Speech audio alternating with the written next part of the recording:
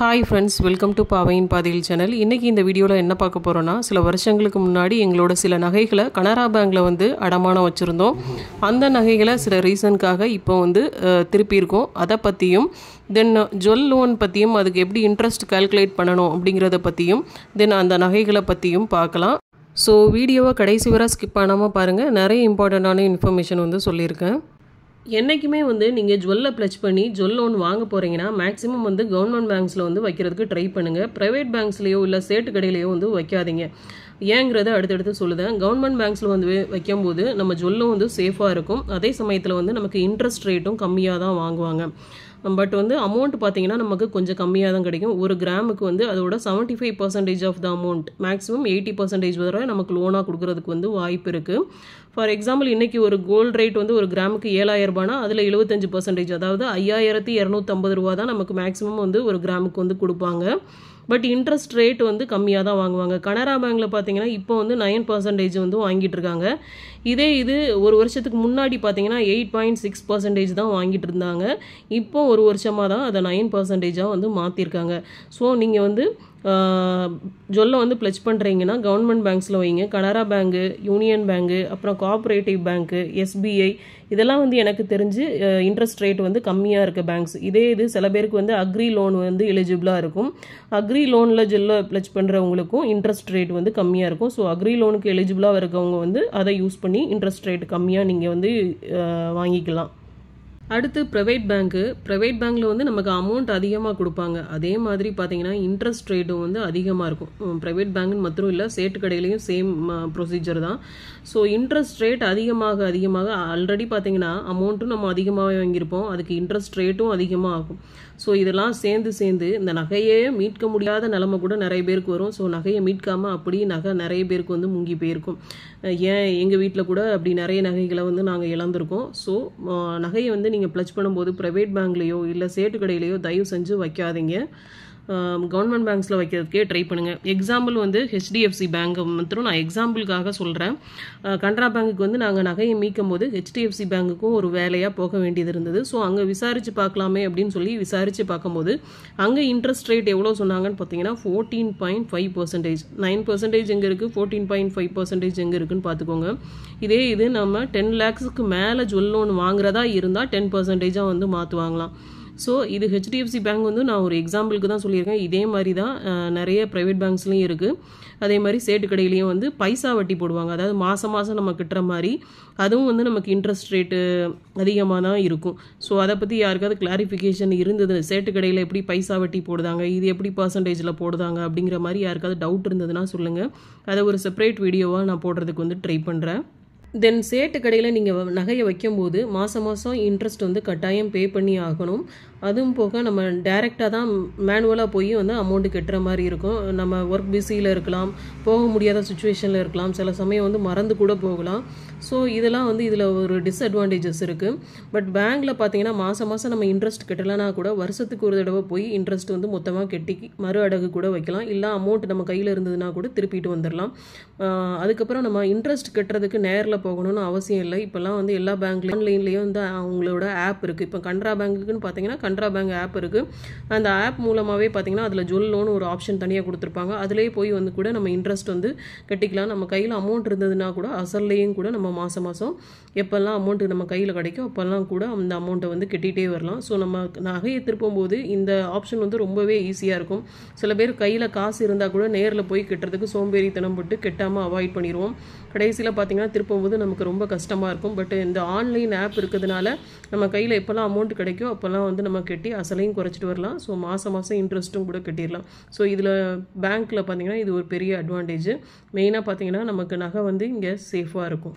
இப்போ பேங்க்கில் நாங்கள் என்னென்ன நகைகளை அடமானம் வச்சோம், அதுக்கு எவ்வளோ அமௌண்ட் வாங்கினோம், அதுக்கு எவ்வளோ வட்டி கட்டி திருப்பணும் அப்படிங்கிறத பற்றியும் அதோட இன்ட்ரெஸ்ட் கால்குலேஷன் பற்றியும் பார்க்கலாம் வாங்க. இதுதான் வந்து நாங்கள் அடமானம் வச்ச நகைகள். இந்த 2 செயினையும் பார்த்தீங்கன்னா கனரா பேங்க் சீல் போட்ட அந்த துணிப்பை, அதாவது அந்த சுருக்கு பை மாதிரி இருக்குது பார்த்தீங்களா, அதில் போட்டு நமக்கு ரிட்டர்ன் பண்ணாங்க. பேங்கில் வந்து இந்த கவரில் போட்டு ஸ்டாப்லர் பின் அடித்து நமக்கு ரிட்டர்ன் பண்ணாங்க. ஃபஸ்ட்டு இந்த பேங்கில் பற்றி பார்க்கலாம். இந்த பேங்கிலோட வெயிட் வந்து 5 சவரன். இது பிரணோ ஜுவல்லர்ஸில் வாங்கினது. இந்த பேங்கில் பற்றி செப்பரேட் வீடியோ வந்து நம்ம சேனலில் வந்து போஸ்ட் பண்ணியிருக்கேன். மேலே ஐ கார்ட்லேயும் பின் பண்ணுறேன், தேவைப்படுறவங்க செக் பண்ணி பாருங்கள். எனக்கு ரொம்ப பிடிச்ச பேங்கில் இது. அப்படி இருந்தும் இந்த பேங்கில் எதுக்கு ப்ளஷ் பண்ணுறதுக்கு கொடுத்தேன்னு பார்த்தீங்கன்னா, நமக்கு ஒரு எமர்ஜென்சி நீட் வரும்போது நம்ம சொந்தக்காரங்க கிட்ட வந்து போய் கை நீட்டி நிற்கிறத விட நம்மகிட்ட இருக்க ஜுவல்லை ப்ளச் பண்ணி நம்ம பணம் ரெடி பண்ணிக்கிட்டுறது என்னை பொறுத்தளவில் எவ்வளவோ மேலே. அதுக்காக தான். அடுத்து இந்த 2 செயின்ஸையும் பற்றி பார்க்கலாம்.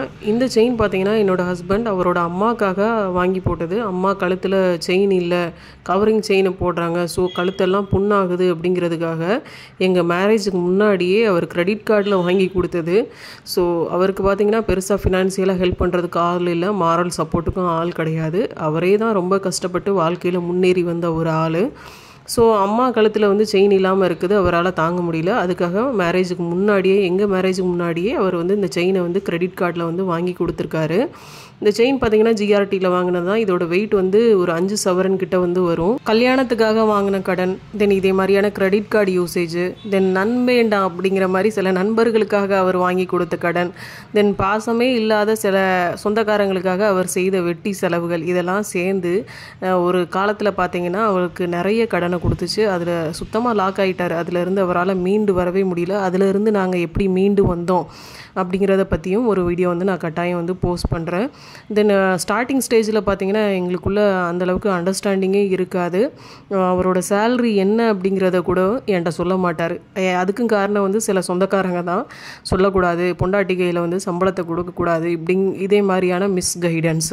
சாரி, அவுட் ஆஃப் டாபிக் போகிறேன்னு நினைக்கிறேன். ஸோ அவர் வேலைக்கு போக ஆரம்பித்த ஸ்டேஜில் அவங்க அம்மாக்காக அவர் வாங்கி கொடுத்த செயின் இது. இந்த செயின் வாங்கி எப்படியும் ஒரு 10-15 வருஷம் இருக்கும்னு நினைக்கிறேன் எனக்கு தெரிஞ்சு. இது வந்து ஒரு முறுக்கு செயின் டிசைன் தான், ப்ராப்பர் முறுக்கு செயின் மாதிரி இல்லாமல் இதோட கட்டிங் வந்து கொஞ்சம் டிஃப்ரெண்ட்டாக இருக்கும். இந்த செயினோட ஷேப் பார்த்திங்கன்னா ஸ்கொயர் ஷேப்பில் இருக்கும். நம்ம முடி பிடிச்சி இழுக்கிறது, அப்புறம் நமக்கு டிஸ்டர்பன்ஸாக இருக்குது, இப்படிலாம் இருக்காது. செயினோட லைஃப்பும் ரொம்ப நல்லாவே இருக்கும். செயின் பிரேக் ஆகுறது அதே மாதிரி இஷ்யூஸ்லாம் இதில் எதுவும் இருக்காது. ஸோ தாலி செயின் நம்ம வாங்குறதா இருந்தால் இதே மாதிரி டிசைன்ஸ் வந்து நம்ம ப்ரிஃபர் பண்ணலாம் தாராளமாக. அடுத்து நம்ம பார்க்குற இந்த செயின் வந்து ஒரு 4.5 பவுண்ட் இருக்கும். கிட்டத்தட்ட 4 தலைமுறையாக எங்ககிட்ட வந்து இந்த செயின் வந்து சஸ்டெயின் ஆகிட்டு இருக்கு. இந்த செயினோட டிசைன் வந்து கொஞ்சம் டிஃப்ரெண்ட்டாக இருக்கும். ரெகுலர் யூஸுக்கு வந்து போடுறதுக்கு அந்தளவுக்கு கம்ஃபர்டபுளாக இருக்காது. ஃபேன்சி செயின் மாதிரி நம்ம போட்டுக்கலாம், ஏதாவது ஃபங்க்ஷன் யூஸ்க்கு வந்து போட்டுக்கிற மாதிரி தான் இருக்கும். 3 டிசைன்ஸ் வந்து அல்டர்னேட்டிவாக வர மாதிரி இருக்கும். காசு மாதிரியான, அதாவது ஓவல் ஷேப்பில் ஒரு டிசைனும், அதுக்கு அடுத்தது பார்த்திங்கன்னா எக்ஸ் மாதிரியான ஒரு லாக்கிங் சிஸ்டம் மாதிரி ஒரு டிசைனும், அப்புறம் ஸ்பைரல் மாதிரியான ஒரு டிசைன்ஸும் இருக்கும். ரெகுலர் யூஸ்க்கு போட்டிங்கன்னா அழுக்குலாம் கொஞ்சம் இதில் வந்து சேரும். அந்தளவுக்கு வந்து கன்வீனியண்ட்டாக இருக்காது போடுறதுக்கும். சும்மா வந்து நம்ம எங்கேயாவது போனால் வந்தால் போட்டுக்கிட்டுற மாதிரி போட்டுக்கலாம். இப்போ இந்த ஒரு ஜொல்லுக்கும் எவ்வளோ வாங்கினோம், அதுக்கு எவ்வளோ வட்டி கட்டி திருப்பணும் அப்படிங்கிறத வந்து கால்குலேஷனோட பார்க்கலாம். பேங்க்கில் நகையை ப்ளச் பண்ணதுக்காக கொடுத்த அந்த கார்டையும் வந்து இது கூட நான் அட்டாச் பண்ணியிருக்கேன் உங்கள் ரெஃபரன்ஸுக்காக. ஸோ பார்த்துக்கோங்க, 1 லட்ச ரூபா வாங்கியிருக்கோம். அதுக்கு வட்டியோடு சேர்த்து 1,08,826 ரூபாய். இந்த 1 லட்சம் வந்து அந்த 4.5 பவுண்ட் செயினுக்காக வாங்கினது. அதை பற்றி பார்க்கலாம். ஃபஸ்ட்டு இந்த செயின் நாங்கள் வச்சது பார்த்திங்கன்னா 2023 2/12. அப்புறம் திருப்பினது பார்த்திங்கன்னா நவம்பர் மாதம் 12ஆம் தேதி. ஸோ அந்த டியூரேஷன் வச்சு எவ்வளோ காலம் ஆச்சுன்னு பார்த்தீங்கன்னா 11 மாதமும் 10 நாளும். எவ்வளோ வாங்கணும்னு பார்த்தீங்கன்னா 1 லட்ச ரூபா வாங்கியிருந்தோம். அதுக்கு வந்து 9% வந்து வட்டி. ஸோ இது வந்து 11 மாதத்துக்கும் 10 நாளுக்கும் வந்து நம்ம வட்டி வந்து கால்குலேட் பண்ணணும். இதை வந்து நான் கால்குலேட்டர்லேயும் வந்து போட்டு காமிச்சிருக்கேன், அதையும் வந்து அட்டாச் பண்ணுறேன். ஸோ அந்த செயினுக்கு நம்ம வாங்கின அசல் பார்த்திங்கன்னா 1 லட்ச ரூபா. 1 லட்ச ரூபாய்க்கு 9% வட்டி. அதுக்கு டியூரேஷன் பார்த்திங்கன்னா 11 மாதம். ஸோ 11 மாதம்னா ஒரு வருஷத்துக்கு 12 மாதங்கிறதுனால டிவைடட் பை 12 அப்படின்னு போட்டிங்கன்னா 11 மாதத்துக்கு எவ்வளோ வட்டி அப்படிங்கிறது நமக்கு கிடச்சிரும். அது 8,250 ரூபா. தென் அந்த 10 நாளுக்கு உண்டான வட்டியை வந்து நம்ம பார்க்கணும். அதே மாதிரி 1 லட்சம் இன்ட்டு 9%, உங்களுக்கு கால்குலேட்டர்லேயே பர்சன்டேஜ் சிம்பிள் இருக்கும், அதை போட்டுக்கோங்க. இன்ட்டு 10 டேஸ்ன்னு அப்படின்னு போடுறதுனால ஒரு வருஷத்துக்கு 365 நாளுங்கிறதுனால டிவைடட் பை 365. ஸோ 247 ரூபா. இந்த 2 அமௌண்ட்டையும் ஆட் பண்ணிங்கன்னா டோட்டலாக நம்ம எவ்வளோ வட்டி கட்ட வேண்டியது வரும் அப்படிங்கிறது நமக்கு கிடச்சிரும். 11 மாதத்துக்கு வந்து வட்டி கால்குலேட் பண்ணும்போது 8,250 ரூபா. 10 நாளுக்கு வட்டி கால்குலேட் பண்ணும்போது 247 ரூபா வந்தது. ஸோ டோட்டலாக ரெண்டுத்தையும் ஆட் பண்ணி பார்த்தீங்கன்னா 8497 ரூபா. பட் நம்ம வட்டி கட்டினது பார்த்தீங்கன்னா 8826 ரூபா. ஸோ டிஃப்ரென்ஸ் அமௌண்ட் பார்த்தீங்கன்னா 329 ரூபா. ஸோ 1,08,826 ரூபா நாங்கள் பே பண்ண வேண்டியது இருந்தது. இந்த 329 ரூபா எதுக்குன்னு பார்த்தீங்கன்னா அந்த அப்ரைசர் சார்ஜு, அப்புறம் வந்து இந்த ஜுவல் லோனுக்காக ப்ராசஸிங் ஃபீஸு, அப்புறம் ஃபைன் ஏதாவது இருந்தால் அதையும் சேர்த்து இதில் வந்து இன்க்ளூட் பண்ணுறாங்க. அதனால தான் வந்து இந்த 329 ருபீஸ் வந்து எக்ஸ்ட்ரா வாங்கியிருக்காங்கன்னு சொன்னாங்க பேங்க்கில் கேட்டதுக்கு. அடுத்து இது வந்து இன்னொரு செயின் வச்ச கார்டு. இந்த செயினுக்கு வந்து 1,10,000 ரூபாய் நாங்கள் வாங்கியிருக்கோம். ரிட்டன் வட்டியோடு கொடுக்கும்போது 7,316 ரூபா வந்து எக்ஸஸாக நம்ம கட்டி அந்த நகையை வந்து மீட்டிருக்கோம். அதோட கால்குலேஷன் வந்து பார்க்கலாம். இது பார்த்தீங்கன்னா 15/3/24 வச்சுருக்கோம். திருப்பும்போது பார்த்தீங்கன்னா 12/11/24 திருப்பியிருக்கோம். ஸோ டியூரேஷன் பார்த்தீங்கன்னா 7 மாதமும் 28 நாளும். அமௌண்ட் நம்ம வாங்கினது 1,10,000, அதுக்கு 9% வட்டி. ஸோ 7 மாதத்துக்கு பார்த்தீங்கன்னா 5,775 ரூபா, 28 நாளுக்கு பார்த்தீங்கன்னா 760 ரூபா. ஸோ கால்குலேட்டரில் எப்படி போடணுங்கிறதையும் இது கூட வந்து நான் அட்டாச் பண்ணுறேன். இந்த செயினுக்காக நம்ம வாங்கின அமௌண்ட் வந்து 1,10,000 ரூபாய் into interest rate 9% into 7 months. So 7/12 போட்டுக்கோங்க. ஸோ கால்குலேட் பண்ணால் 5,775 ரூபா. இது வந்து 7 மாதத்துக்குள்ள வட்டி. 28 டேஸ்க்கு உண்டான வட்டி வந்து பார்க்கலாம். அதே மாதிரி தான் அமௌண்ட்டு 1,10,000 ரூபா into interest rate 9% into days 28 days divided by 365 போட்டிங்கன்னா 760 ரூபா வரும். ஸோ இது ரெண்டுத்தையும் ஆட் பண்ணும்போது டோட்டல் இன்ட்ரெஸ்ட் நம்ம எவ்வளோ பே பண்ணணும் அப்படிங்கிறது வந்து வந்துடும். ரெண்டுத்தையும் ஆட் பண்ணால் 6,535 ரூபா. பட் நம்ம கட்டினது பார்த்தீங்கன்னா 7,316 ரூபா. எக்ஸஸாக உள்ள டிஃப்ரென்ஸ் அமௌண்ட் பார்த்தீங்கன்னா 781 ரூபா. இதுக்கு 781 ரூபா எதுக்கு வந்ததுன்னு பார்த்தீங்கன்னா appraiser charge, processing fees plus fine. அங்கெல்லாம் பார்த்தீங்கன்னா 300 ரூபா சம்திங் தான் வந்திருக்கு. இங்கே ஏன் 700 ரூபா சம்திங்னா இந்த நகையை வந்து நம்ம ஒரு வருஷத்துக்குள்ளே திருப்பலை மறு அடகு வந்து வட்டியை மாத்திரம் கட்டிட்டு மறு அடகு வந்து வச்சாச்சு. அதனால தான் வந்து இதுக்கு வந்து ஒரு வருஷத்துக்குள்ளே நகையை நம்ம மீட்டலைன்னா அதுக்கு வந்து ஃபைன் போடுவாங்க. ஸோ இந்த ஃபைனையும் இன்க்ளூட் பண்ணதுனால நமக்கு இதில் வந்து எக்ஸஸாக அமௌண்ட் வந்து அதிகமாக வந்திருக்கு. அடுத்தது இது வந்து வளையல் வச்சதுக்கு உண்டான கார்டு. வளையல் வச்சு எவ்வளோ அமௌண்ட் வாங்கியிருக்கோன்னா 1,60,000 ரூபா. அதுக்கு வட்டி மற்றும் பார்த்தீங்கன்னா 3,819 ரூபா வந்து நம்ம கட்டியிருக்கோம். பார்க்க போகிறது இந்த பேங்கிள்கான இன்ட்ரெஸ்ட் ரேட்டு கால்குலேஷன். வச்சது பார்த்தீங்கன்னா 8/8/2024, மீட்டது பார்த்தீங்கன்னா 12 நவம்பர். 3 மாதத்துக்குள்ளே கிட்டத்தட்ட அது வந்து திருப்பியாச்சு. 3 மாதமும் 4 நாளும். வாங்கின அமௌண்ட் பார்த்தீங்கன்னா 1,60,000 ரூபா. அதுக்கு இன்ட்ரெஸ்ட் ரேட்டு 9%. ஸோ 3 மாதத்துக்கும் 4 நாளுக்கும் இன்ட்ரெஸ்ட்டு வந்து நம்ம கால்குலேட் பண்ணணும். சேம் நம்ம ப்ரீவியஸாக சொன்ன மாதிரி அதே மெத்தடு தான். ஸோ கால்குலேட் பண்ணிங்கன்னா 3 மாதத்துக்கு 3,600 ரூபா, 4 நாளுக்கு பார்த்தீங்கன்னா 158 ரூபா வரும். ரெண்டுத்தையும் ஆட் பண்ணிங்கன்னா 3,758 ரூபா.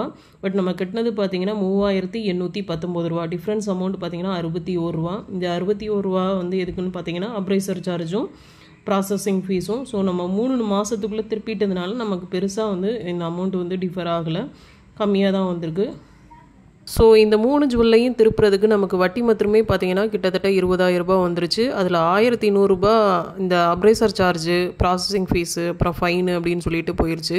20,000 ரூபா எக்ஸ்ட்ரா வட்டிக்கு கொடுக்கும்போது கொஞ்சம் கஷ்டமாக தான் இருந்தாலும் பரவாயில்ல. எங்களுக்கு சில எதிர்பாராத மருத்துவ செலவுகள், அதுக்காக தான் வந்து இந்த ஜுவல்லை வந்து ப்ளச் பண்ண வேண்டியதாக இருந்தது. இன்னுமே பேங்க்ஸில் வந்து ரேட் ஆஃப் இன்ட்ரெஸ்ட்டை வந்து கம்மி பண்ணாங்கன்னா மிடில் கிளாஸ் பீப்புள்ஸ்க்கு வந்து ரொம்பவே ஹெல்ப்ஃபுல்லாக இருக்கும். நீங்களும் வந்து ஜுவல் லோன் வாங்க விரும்புகிறீங்கன்னா உங்கள் ஜுவல்லை வந்து கவர்மெண்ட் பேங்க்ஸில் வந்து வைங்க. அப்படி வைக்கும்போது ஒரு கிராமுக்கு எவ்வளோ கொடுப்பீங்க அப்படின்னு மட்டும் கேட்காம ரேட் ஆஃப் இன்ட்ரெஸ்ட்டும் என்ன அப்படிங்கிறத தெரிஞ்சு வச்சுக்கோங்க.